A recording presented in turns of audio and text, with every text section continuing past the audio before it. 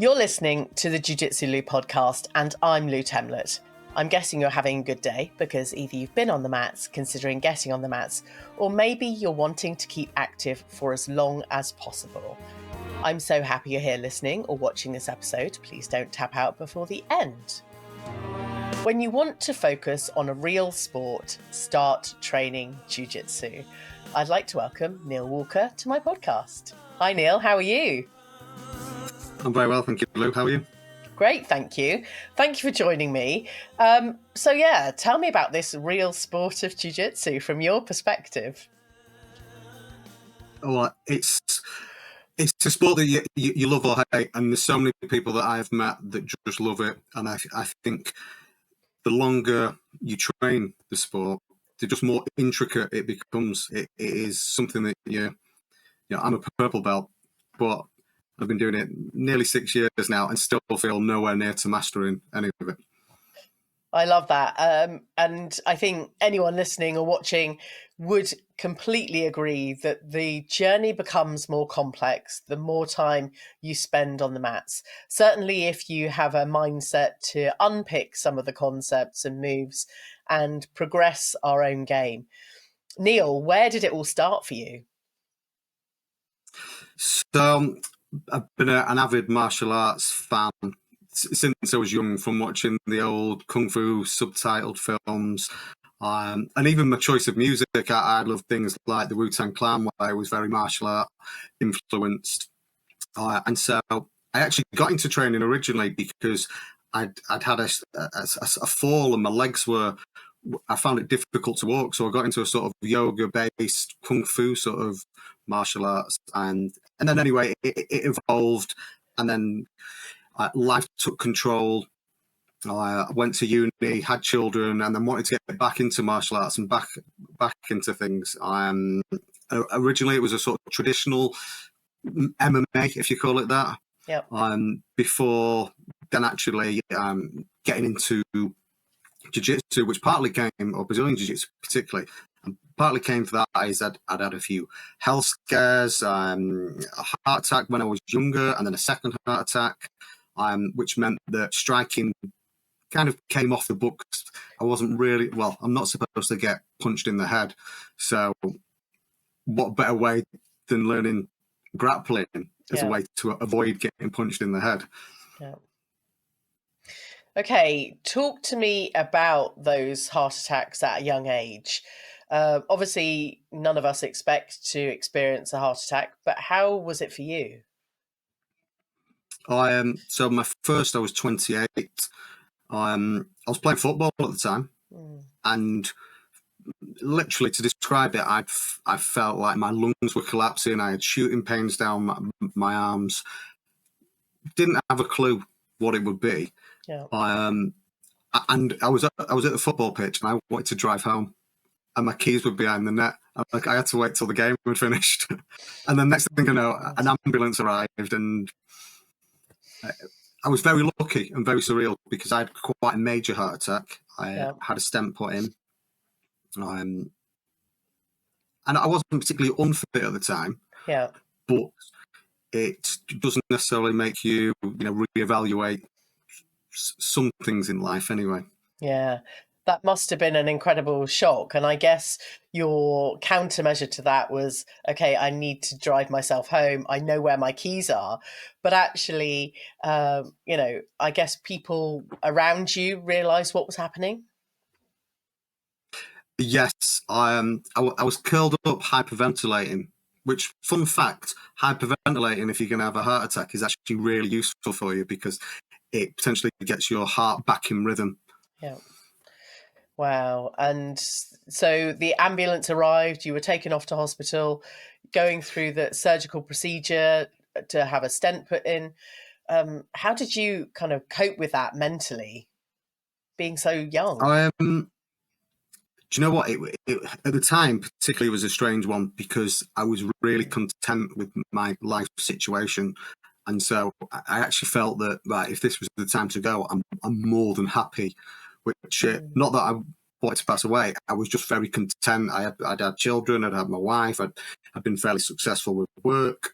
So it was a point of, I didn't, I didn't want to go, but I was like, all right, if this is what's happening, Yeah. then I'm mentally in a good place right now. Which is strange for being 28, but it was just I was in that good place. And then what happened was I'd gone to the local hospital. They saw that there was an issue, and so they then transferred me over to a more specialised hospital. And I can still remember, Lou, I'm on the sort of stretcher as they're pulling you into theatre. Yeah. And I'm going for, for some sort of heart investigation. And I'm not a singer, but the song that was in the theatre was going, "Don't break my heart, my achy." Oh no. Because you just remember something like that. Yeah, they should have done a bit of a sanity check on that one before. Oh dear. Oh my goodness. Okay, well that was rather apt, and your heart's no longer broken. But you went through a second heart attack as well, didn't you? Yes, I got back into my martial arts. I trained really hard. It was a traditional martial arts, and I'd just done my black belt in that, which it's not the same as a Brazilian jiu-jitsu black belt. You get that in sort of depending on the martial art. That one took me 5.5 years. Yeah. And we did, as you can see, we did things like brick breaking and tile breaking. But then after that, I was really fit, but I think I just maybe pushed myself a little bit too hard. Okay. So it was a mild heart attack, the second one. Yeah. And anywhere near as dramatic as the first hyperventilating on a football pitch? Where were you on your second experience? The worst is, I was going to do it wasn't a podcast, I was with work, but I was going to do a video interview, and I was just like, don't feel well. And drove home and slept it off. And then, wow. And then the next day, I didn't feel that well. So my wife was like, "You better go to the doctors." And then 2 weeks later, I was still in hospital. But Oh my goodness. no, it was a surprise. I think the second one mentally was far more difficult because suddenly it was 8 years later. Like before 30, you're still young and you don't feel like anything can really harm you in essence. So even when I'd had that heart attack when I was young, I still felt that, I'm a young man, I'm still physically fit.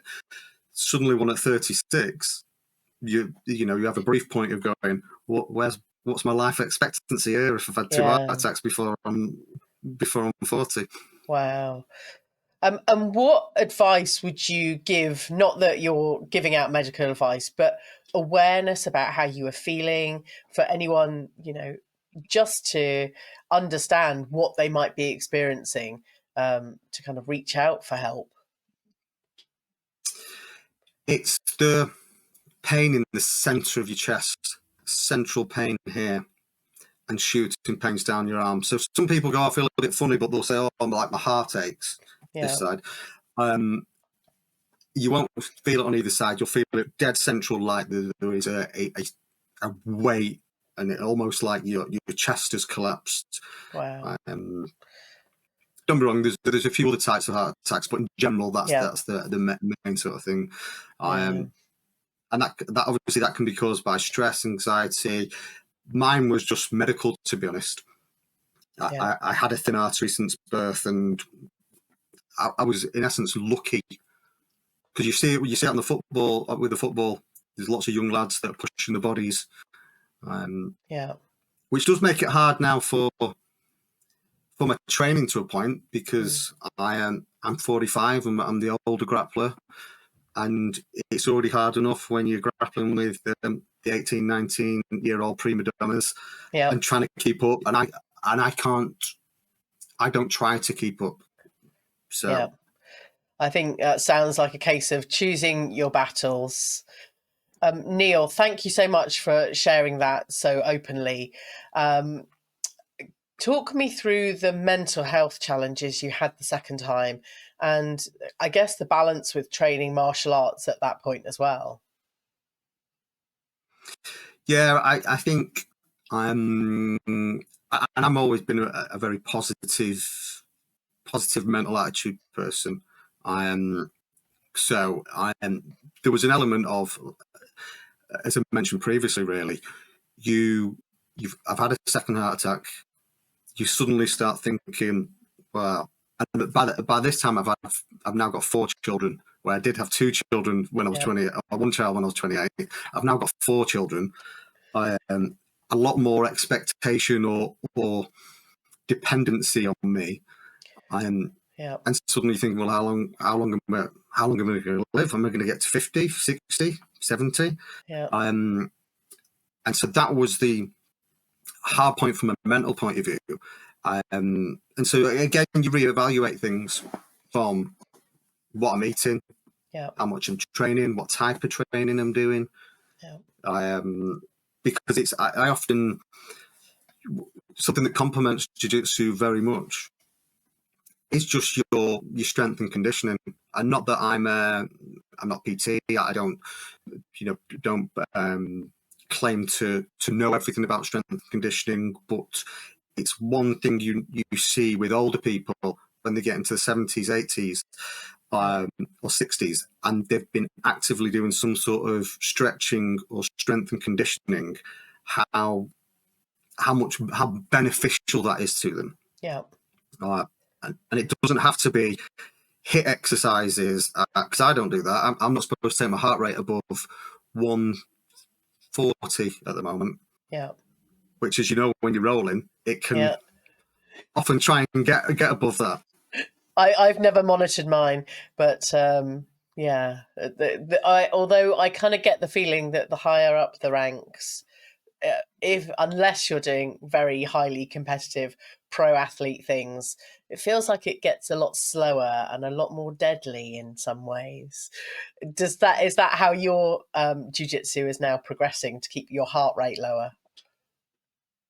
Yeah. It's just then you have the different sides of people that you roll with. And I try to I don't avoid any rolls with anybody. But I'm always clear when I'm rolling with someone. Yeah. So I will roll with, I weigh 72 kilograms, and I will roll with the 110 kilogram guy. Yeah. But also say, look, if I need to tap, I'm going to tap.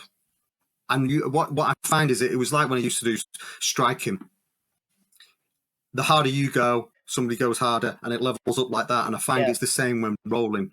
So if a young lad who's got loads of energy is trying to really push, then I'll just chill out, and they'll eventually bring their level down a little bit. Yeah. But of course, sneaky moves is. We've all got them, what Neil. I always try. We've all got them. Yes. I just want to highlight the kind of boundary setting for any of us that are training jiu-jitsu, that we actually are quite open and have honest, open communication about our situation or about how we want to roll. Not to say that, you go, oh, we want a light roll, and then you go completely, hard on someone. But it's having those boundaries and setting them to keep yourself safe on the mats. Have the heart attacks and your previous health condition allowed you to set boundaries more clearly with training jiu-jitsu? Yeah, I think I'm very clear to myself where I stand with my health. Yeah. And so then I can be confident with, and even if I've not, if I've not had that full discussion before a roll, if I feel someone's going too intense, I'll tap out for a minute and then say, let's just bring it down. I'm a enthusiastic hobbyist. That's me. And so, people will learn from me like I learn from other people. Whereas, and don't get me wrong, there's a time when, if the rare time that I do compete, I understand that, but I think it's knowing that difference between, say, a comp class where you're all prepared for, we're trying to train at a certain level. So if it's just a roll after class, that half an hour after class, I've got work to go to and kids to feed. So So I think it's very much. I've always said that to any of the other older grapplers that because I started Brazilian Jiu-Jitsu when I was 39. And any older grapplers that come in, I just say, look, just say to people, just chill it out, because that comes from two sides. Yeah. It can be the white belt on his cusp of a blue belt that really wants to show how good he can be. Just young lads that haven't really worked out, how to roll with older people, women, smaller people. Yeah. And then again, bigger guys, sometimes it's not even their fault, because if somebody's twice your weight, that's hard work. That is always hard work. Yeah, exactly. This episode is sponsored by Submission Searcher. SubmissionSearcher.com is the largest free database of BJJ, MMA and wrestling submissions. As you are a BJJ practitioner, you may well be seeking to explore an extensive collection of technique-focused videos. Their mission is to elevate your skills in Brazilian Jiu-Jitsu by providing a comprehensive resource dedicated to submissions. Whether you're a professional athlete aiming to continue refining your game, or a beginner eager to grasp the fundamentals, their curated collection of videos is tailored to meet your needs. Head over to submissionsearcher.com and join now. This is the Jiu-Jitsu Lou podcast with me, Lou Temlett, coming to you from the UK. One of the things that would really help this show grow is by you subscribing on whichever platform you are on: YouTube, Spotify, Apple Podcasts, or Amazon Music. If you could do that for me right now, I'd be forever grateful. And as always, check out the clips over on YouTube or Instagram. Today, I'm having a conversation with Neil Walker. Neil, you mentioned having 4 children now. Talk to me about how it is training Jiu-Jitsu as a family if all 4 of them train, or even if they don't. So, no, my eldest, he used to do the traditional martial arts with me, and then he reached 16 and it was his time to... it wasn't of interest of him, and I'm not really that pushy dad that I think there's that balance of how far you take someone before you then say, if they've not got an interest, then that's fair enough. Yeah. Because I love it doesn't mean that my children have to love it, and through some other hobbies, to be honest, because I play football, or I used to play football, and my son plays football, and I found very at the start, it's almost like when he was really young, he'd got onto the Man United sort of pathway. Cool. And then suddenly I found myself being this really competitive dad. Like he'd go training, and he'd come out of training, and I'd be evaluating his training. It's like he's just going playing football, having fun. Yeah. And I'm like going, this could have been better, that could have been better. So like, and that was 10 years ago or 12 years ago. So then I've kind of pulled back and gone. So my other son, he does do Brazilian Jiu-Jitsu. He did the traditional martial arts, and then when we moved over, he's been doing it at the same time as me, to be honest. Yeah. I find that the children progress slower until they start reaching a certain point where everything clicks in, and he's nearly there. He's challenged me to, in a year's time, that he's gonna sub me in a match. There's still time. If he doesn't get it in a year's time, he'll get it soon. That's always the fear as a parent, and your children train Brazilian Jiu-Jitsu. Likewise, I feel like I'm only maybe a year or so away from being subbed by my son too. We count down the days, and we just build up our strength and conditioning and our techniques at Brazilian Jiu-Jitsu, Neil. That's it. We wrist lock them. Okay, we just wrist lock them. Okay. So how about the rest of your family? So then I've had both girls come in for a little bit and do some bits of training. Just one's a gymnast, one's a dancer, and to be honest, that's my life. Yeah. Literally, I work for myself. I've finished work when my wife's on shift, and then I'm dropping the girls off at at their hobbies and then picking them back up later on. Nice. It's the old dad's taxi. That's the sort of stage of life I'm in right now. Yeah, nice. And before we started recording, we talked about cross training and just maximizing our own potential to learn and continue growing our own skill and ability in Brazilian Jiu Jitsu. Talk to me about how you juggle all of the dad taxi, all of the family responsibilities, all of the work responsibilities, and growing and continuing to improve at Brazilian Jiu Jitsu. Do you know what? One thing about my home club's called Hybrid MMA in Stockport, and when I first walked in and started training there, the one thing that Jamie, the instructor there, was quite sort of open to was he'd take us down to another club and do rolling with one of the other clubs in Manchester, and I really like that because the traditional martial arts that I've done in the past seem very closed. It's a very much this is our stuff. We don't. If you're going to train somewhere else, then you can kind of go. And I know you can get that with some BJJ schools, but in general, from what I've seen, it seems quite open and everyone's happy as long as you're not a fool when you go into someone's place and try and but particularly my daughter. I live in Stockport, which is South Manchester. And my daughter's at a reasonable level of gymnastics. And so she ended up going to somewhere about an hour away to do her gymnastics for the level of coaching she needed. So suddenly, 5 days a week, and if I was driving, it was 3 days a week, I'd have to drive this hour, drop her off, and there'd be no point in driving home to then drive back. And I was very lucky that it just so happens that the gymnastic place that she was there was a Brazilian Jiu-Jitsu school next door, originally from Team Sakata. It's now Kojak's BJJ, but I did a year there, and that was more gi, where I'd done more no gi, to be honest. Which I feel more comfortable in no gi, but that was more gi, and it was really good because they just accepted me in. Really nice guys, really good team, and then. Obviously, it was different days that I was taking, and they wouldn't always have a lesson on when I was there. So there was another school called Warrington Submission Grappling, which was more no-gi based. So I'd bob in there on a Friday if I was taking on a Friday.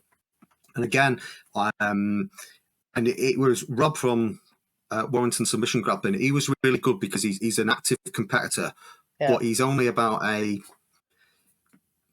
62 kilograms. I might have it wrong there, but he's a lightweight. Yeah. So obviously, because he's quite a well-named competitor, so he will sometimes get people that come into the gym almost like they want to say, "I've submitted Rob," and he's like, "Neil, we're just training here. Yeah. I'm not bothered if someone comes in and they're twice my size and they're a purple belt and they submits me. What's that? That might be good for their ego." Yeah.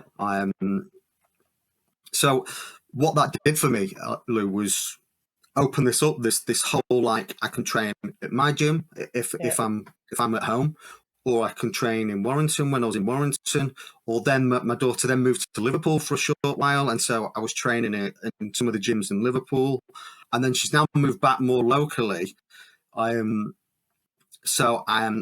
have one of the black belts that comes and teaches at Hybrid. Is from Stealth HQ. So I try and get into Stealth once a week just to really mix bodies, mix techniques. Hybrid's a great gym, but it's also fairly new. It's only sort of 6 years old. Yeah. Which we get and it's when you're going to an older gym where it's 15 years old, you're seeing that just different range of skill sets. Yeah. I think it's fantastic. Not that you have to travel around and go to different gyms, but putting your family first, is probably what all of us are here to do. First and foremost, especially like you say, if we're an older grappler in our 40s, we have responsibilities. And, lots of us have different responsibilities, but the flexibility to be able to go and learn and develop those skills in different gyms. Certainly when, I have to travel for business and various other things, I will pack my gi and search around for whatever gym is nearby. So expect me to drop in at any moment because you never know where I'm going to pop up next. And, there's no need to worry or have those fears beforehand because everything's going to be okay. Yeah, and that's it. I've not said that, but you're dead right. That's it. Just every experience I've had, everyone's always been positive. Even just more recently, there's a new place in Stockport called Central Performance Centre, massive MMA gym, and I've dropped in there. Everyone's dead friendly. Everyone nice with the rolling. They keep, so but that nerves beforehand, you're like, right, is someone going to try and kill me because they don't know me and I'm coming into their place? Yeah, exactly. I don't fear that they're going to kill me. No, or do I? Okay, you've just sown a seed there, Neil. I'm going to throw that one away right now. That's not coming in. Talk to me about your competition experience and your maybe reluctance to compete. Yes, so I like the term is I am an enthusiastic hobbyist. So to be honest, there's a huge mental game inside my head with competing. So I remember one of the black belts at Stealth saying that you should compete at every belt level. So I thought, right, and this was back when I was a white belt. I thought, all right, so that's what I should do. So that's all I've done. I competed at white belt. Yep. I competed at blue belt. As soon as I got my purple belt, I competed, got it out of the way. And actually, there's a huge element of the adrenaline hits you. Yeah. I've been, every time I've competed, I've either been too super tired, and I've not done bad. I've got submissions off in it. I've lost. I've lost matches. But I've been that exhausted just after almost a minute into competing. Yeah. Where I've managed to pull a submission off, I'm like, thank God that's over. And then they'll say, you've got another match now. I'm like, but I've got nothing in me. Or the other end is I competed and tried to pull everything back. Yeah. And then I lost off like an advantage or something like that to the competitor. And I kind of came off and went, I didn't do anything. I was that reserved trying to control my heart rate. So I'd come off going, I'm not tired. I didn't do anything. So I'm really, but what I will say is one of the not even young, one of the older white belts just competed recently at Hybrid. And on the, we all have these group WhatsApp groups, and the video showed, and he won one match, lost one match, and his just message on it was, that was really fun. I'd love to do that again sometime. And I thought, he's right there, because I'm probably one of them people, like a lot of us, that sometimes puts this almighty pressure on ourselves to do that. We need to do well competing. And actually, what I probably do is I probably need to compete about 10 times, win, lose, or draw, to get over. But I've not signed up to anything yet. Well, I think you need to apply that experience of dropping into different gyms and just apply that to competition. It's just shifting some of our mindsets, isn't it? In terms of becoming comfortable with whatever might scare us in life. Certainly when I started competing, I was like, well, what if I get hurt? We have to sign these waivers. I know you have to sign a waiver when you join a club, but, what if I can't drive the kids home? What if I can't sort out their dinner and get them to school on Monday? But actually, we can allow our mind to take these fears, or we can go, no, that's not for me now. I'm going to focus on having fun and enjoying the experience. Yeah. And that is it. It's what you, I think from my own side, from the personal side, I'd like to compete a bit more. But for some people, you might not want to compete. I think I do it a little bit for my children, that if they're doing any sort of competitions, non-BJJ related, it's that, look, you can still be an adult and be out of your comfort zone. Yeah. Yeah, I think that's good. It doesn't matter what age you are, stepping outside of our comfort zone is always going to be a good thing. Scary, all fun, but it's going to be a good thing. Neil, talk to me about Submission Searcher, something that you've been working on for a while. Yeah, so it's an online BJJ database. It's free. I'd gone on a BJJ holiday to Spain, Torrevieja, and the group of guys, we were talking about different resources that you see online, and people buy videos or instructionals, etc. I said, would it be great if there was like a free one?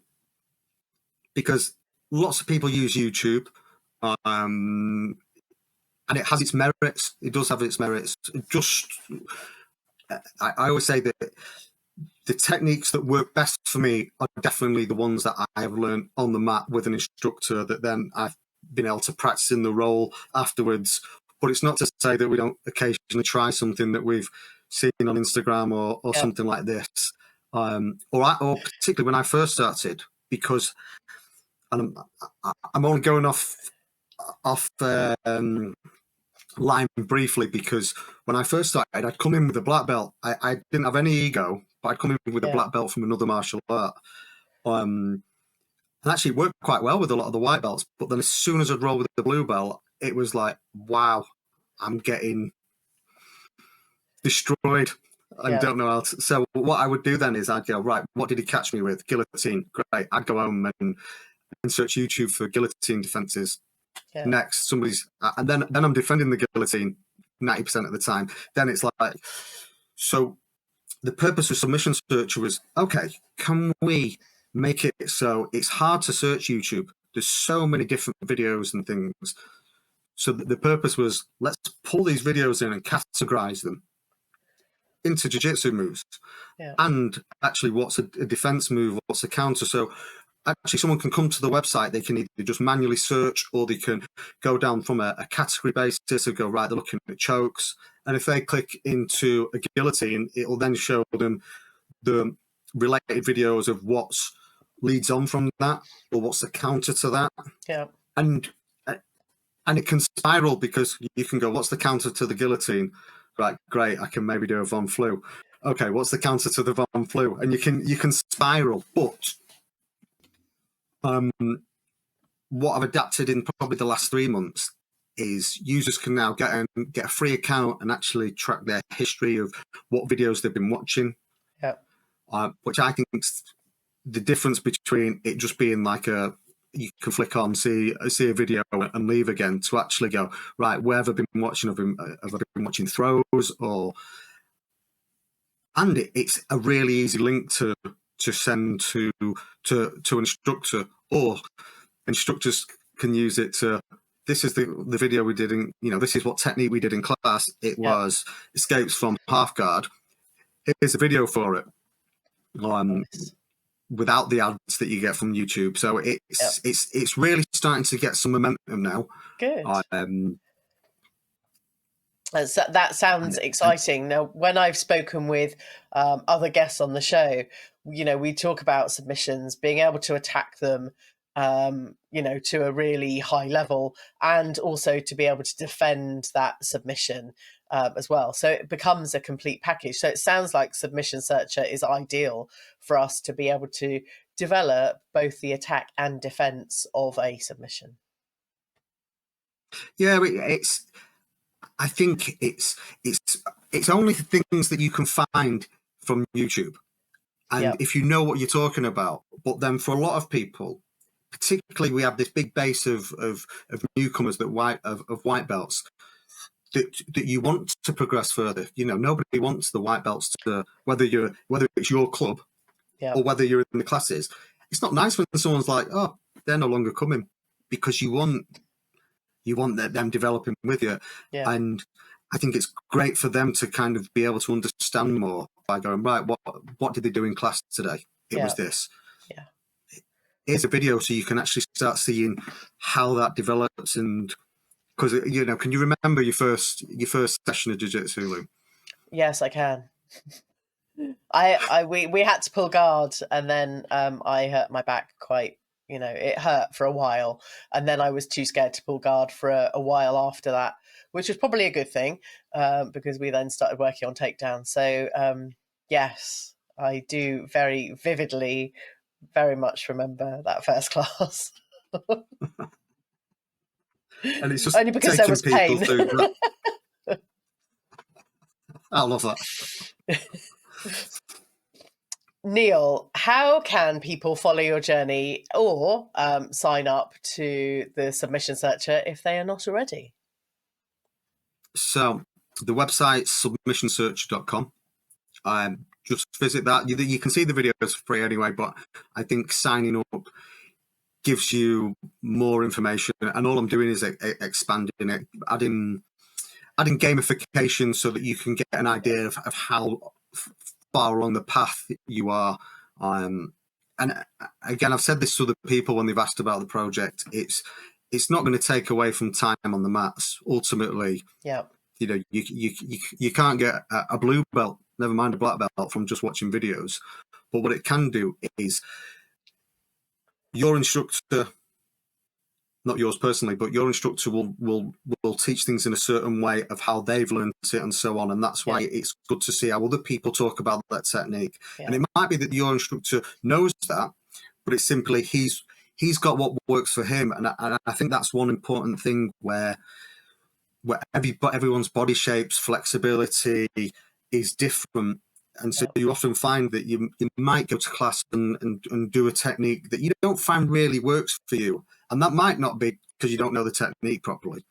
It could be my body doesn't get into that position. Yeah. And so sometimes viewing what else is online gives you a good idea to go back to even go back to your instructor. I've seen this online about that technique that you did last week. And so that's why I wanted this just central database. It's just free. People can just use it. But the other way to you can follow me on TikTok or Instagram at Submission Searcher. Nice. And hopefully it's, I've not had bad feedback on it. Everyone seems to be really positive. But I love feedback on, have you thought about doing this with it, Neil? Have you thought about adding this to it? That would be useful. Cool. I like that. And equally, that for me reflects back to our own game, getting feedback, asking for help and kind of progression just to make things better. Sounds like a really good opportunity. Yeah, indeed. I think just one thing that when I was at Blue Belt, one thing that I did for my own training was I'd come from with the previous black belt where new bits of jiu-jitsu, new bits of judo. Then I'd kind of honed in on what techniques really worked for me at Blue Belt, and then suddenly I went, actually, let's do everything that I'm awful at. Okay. So wrestling, I avoided wrestling because I did bits of judo. So let's start doing some wrestling takedowns. And that's actually what really helped me to get to the next belt. Really was like working out what am I not good at, rather than trying to do the same submissions every time. Because I seem to get into certain ways because of my body. So then I have the mental thing of let's try something different. And if it doesn't work, it's great. We're just in training. It doesn't work. I love that. Neil, I will be hot-footing up to Manchester area at some point very soon. It will be fantastic to catch up and visit some of those gyms that you mentioned. Thank you so much for being on the show. And I wish you all the continued success with your own Brazilian Jiu-Jitsu journey, as well as Submission Searcher. Thank you for having me, Lou. You're welcome. Thank you very much. I hope you enjoyed this episode. Thank you for telling your friends about this show. And as soon as this episode ends, I'd really appreciate you dropping the show a rating and a review. Thanks again for listening. Catch you on the next episode of the Jiu Jitsu Lou podcast.